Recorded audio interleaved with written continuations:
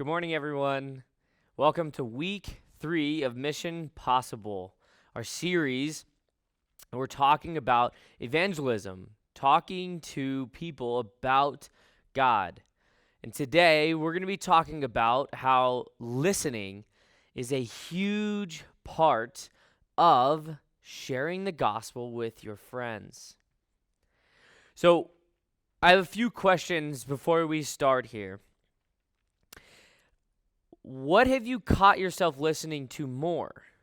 Gossip or your teacher? What have you caught yourself listening more to? Your parent or PewDiePie? What have you caught yourself listening to more? Your closest friends or those other people that are the popular kids? See, sometimes listening becomes an aspect in our life that we get too comfortable in, and we stop looking from within our small group of people. So for me, it's my closest friends, but also it's my mentors that I try to listen to. I try my hardest to tune out the tough people and the people who don't even know me. Because at the end of the day, they're not building me up. They're just trying to break me down because misery loves company. And if you are really good at listening, how good are you at putting that into action? I know sometimes when I'm really good at listening, I feel really great about myself until I can't put it into action. So today we're going to talk about Saul, or as we know him as Paul, and his journey on the road to Damascus, and how God came to him and showed him who he was. Acts 9:1-4. Meanwhile, Saul was uttering threats with every breath and was eager to kill the Lord's followers. So he went to the high priest. He requested letters addressed to the synagogues in Damascus, asking for their cooperation in the arrest of any followers of the way he found there. He wanted to bring them, both men and women, back to Jerusalem in chains.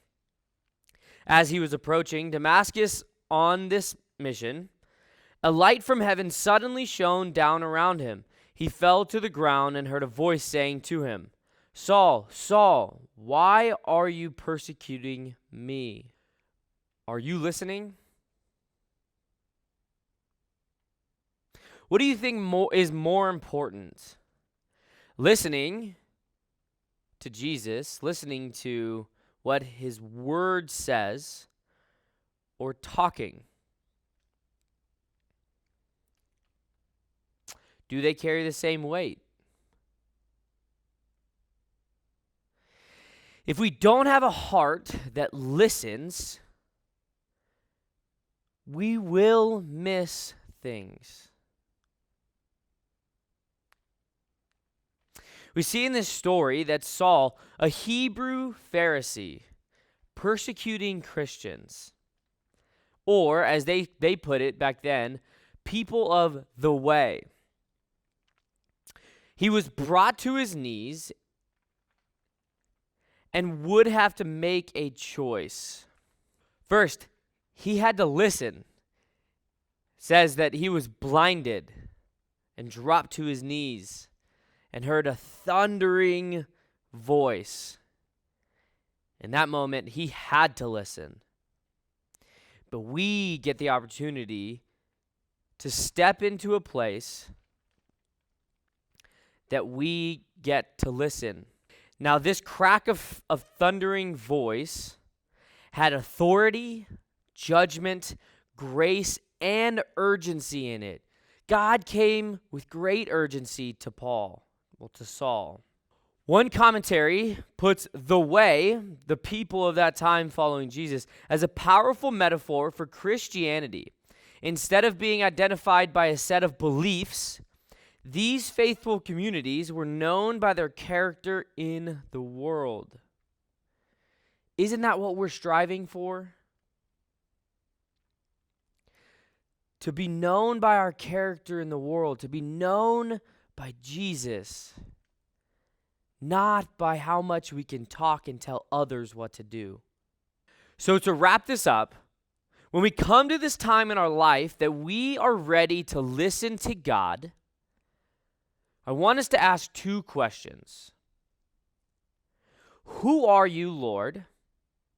And what do you want me to do? These are the questions that Saul asked God after being knocked to his knees. Now we know who Jesus is. We know who God is. But that question of who are you, Lord, gives us a chance to keep seeking, because what you'll find out is that each year you go up in age, you find something different about God. God doesn't work in this realm of giving you and me every answer that we want. He guides us step by step. It is the journey of Christian life that shows us who God is. And while we're asking that, we want to have a heart that says, God, what do you want me to do?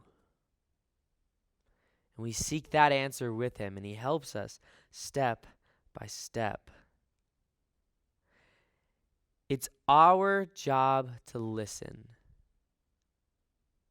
And when we listen to others, when we listen well to others, we build trust, relationships, and credibility. You learn more about their questions and needs, and you discover how God might already be working and how you can be a part of it. So the question is, are you listening?